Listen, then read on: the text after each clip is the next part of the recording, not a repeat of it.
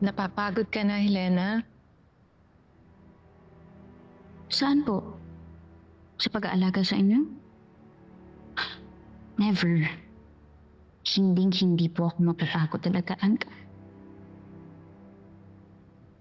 Kasi ganito rin naman kayo sa amin ng bata pa kami, di ba? Siyempre, anak ko kayo eh. Mahal na mahal kita, Helena.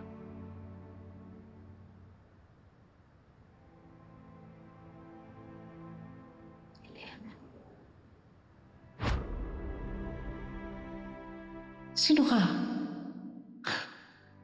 Huwag mo ko hahawakan. Nay, kailangan mong kumain kundi manghihina ka. Ano ko tulungan mo? Nasa impero yan! Nay! Kamukha mo si Noreen? Kamukha mo yung anak ko. Nakita mo ba siya, si Noreen? Nakita niyo ba? Tulungan mo siya! Tulungan mo siya, papatayin siya eh! Walang mananakit sa kanila. Sinisiguro ko sa inyo.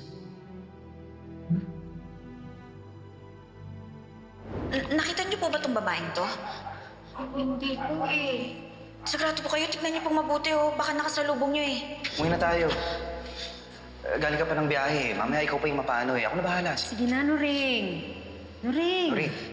Guys, nawawala yung nanay ko, okay? Kaya huwag niyo akong utusan. Hindi ko na alam kung anong gagawin ko. Hindi ko siya mahanap eh. Hindi ko alam kung okay lang ba siya. Wala akong pakialam. Kung mapuyat ako, gagamitin ko ang natitira kong lakas para mahanap ang nanay ko. Alam ko, mahanap ang nanay ko. Marie. Ano?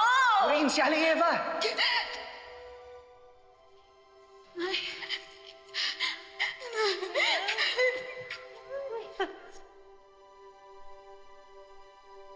Hindi kayo pwedeng lumabas dito. Dito lang muna kayo sa loob. Eh, ba't ikaw? Pwedeng lumabas. May mga kailangan lang po akong gawin. Pero wag po kayong mag-alala. Pag natapos ko na po ang mga yon, pwede na tayong mamasyal ulit sa labas.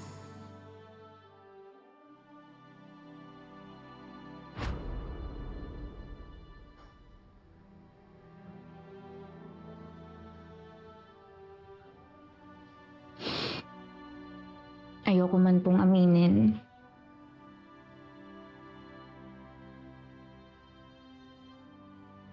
Pero oo, Nay. Pagod na ako.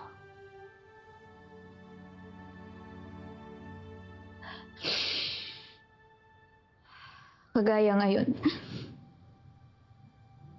Kailangan ko pong kalabanin si Miss Velma kahit hindi naman talaga yun ang gusto ko.